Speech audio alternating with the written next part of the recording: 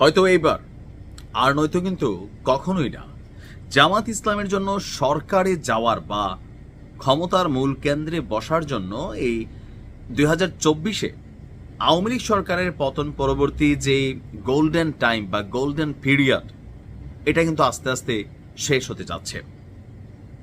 বলা হয়েছে তাকে স্বাধীনতার পরবর্তী এই সময়টাতে জামাত এতটা পজিটিভ জায়গা তৈরি করতে পারেনি বা জনমানুষের কাছেও এতটা কি বলা হয় যে ধরেন পজিটিভ অবস্থানে ঢুকতে পারেনি বা কর্মী সমর্থনও বাড়াতে পারেনি। এখন আছে। এখন এই সময়টাতে যদি ক্ষমতা না পায় তাহলে আগামী দিনে জামাত রাষ্ট্র ক্ষমতায় যাবে, এটার চান্স টোটালি জিরো হয়ে যাবে। বিরোধী দল হইতে পারে কিন্তু প্রধান জায়গাতে আর বসতে পারবে না। কেন? কারণ এইবারের নির্বাচনটা আওয়ামী লীগ ছাড়া নির্বাচন। আর বাংলাদেশে আওয়ামী লীগ বিএনপি সহ নির্বাচনে অংশগ্রহণ করলে জামাত ইসলাম বা জাতীয় পার্টি বা আরও যে দলগুলো আছে, এনসিপির ভবিষ্যৎ জানি না, তবে সেইখানে খুব বেশি এই দুইটা দলকে ডিঙাইয়া ক্ষমতায় যাওয়ার ইতিহাস তো আপাতত নাই, এটা সম্ভাবনা হয়তোবা। যাই হোক, তো আমরা এই যে দেখছি এখন সবাই ইসলামপন্থীরা একটা পতাকার তলে আছে, আসলে কি আছে? না।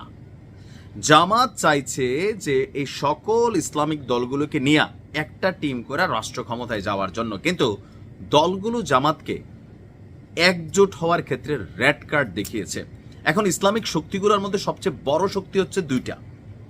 একটা হচ্ছে যে হেফাজত ইসলাম বা এটা দলটার বাংলাদেশ খেলাফত মজলিসের আমির যিনি আছেন মাওলানা মামুনুল হক, তিনি এবং তার এই টিম।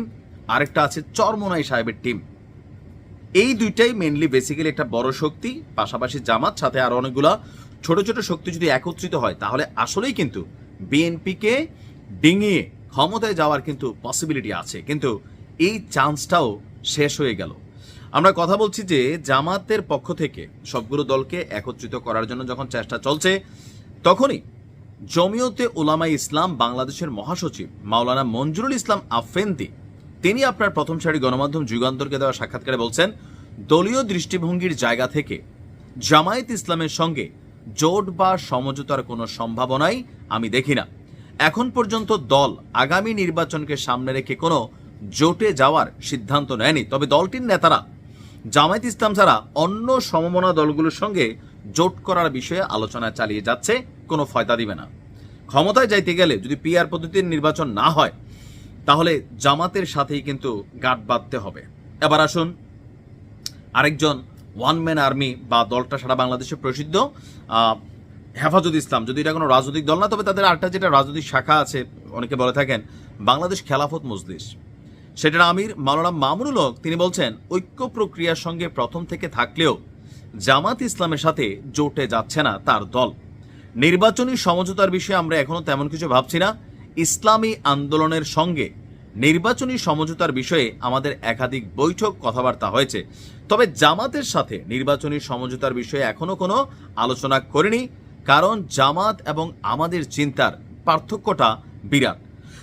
এখানে জামাতের ইসলাম কি আসল ইসলাম কিনা এটা নিয়ে সবাই কথা বলে, তিনি একই কথা বললেন। মাওলানা মওদুদী সাহেবের যে চিন্তাধারা, তার সঙ্গে ঐতিহ্যগতভাবেই ইসলামিক চিন্তাধারার পার্থক্য রয়েছে, এটাই মূল।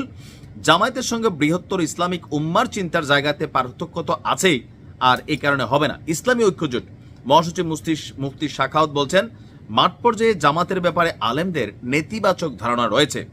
ইসলামী ঐক্যজোট সবসময় আলেমদের নিয়ে চলে, আলেমদের মতামতের বাইরে আমরা যাব না, আর ওইটাও করবে না। খেলাফত আন্দোলনের কেন্দ্রীয় নায়েবে আমির মাওলানা মুজিবুর রহমান হামিদি, তিনিও বলছেন রাজনৈতিকভাবে জামাতের সঙ্গে যোগাযোগ থাকলেও জোট এবং ভোট নিয়ে কওমি মাদ্রাসা ভিত্তিক রাজনৈতিক সংগঠনগুলোর সঙ্গে রয়েছেন, তারা আপনার জামাতের সাথে যাবে না। বাংলাদেশ নেজাম ইসলাম পার্টি এবং হেফাজত ইসলাম বাংলাদেশের যুগ্ম মহাসচিব মাওলানা মোহাম্মদ আজিজুল হক ইসলামাবাদী বলেন, আমরা শান্তির ঐক্য চাই, তবে জামাতের সঙ্গে ঐক্যের বিষয়ে আমাদের কোনো সিদ্ধান্ত নেই।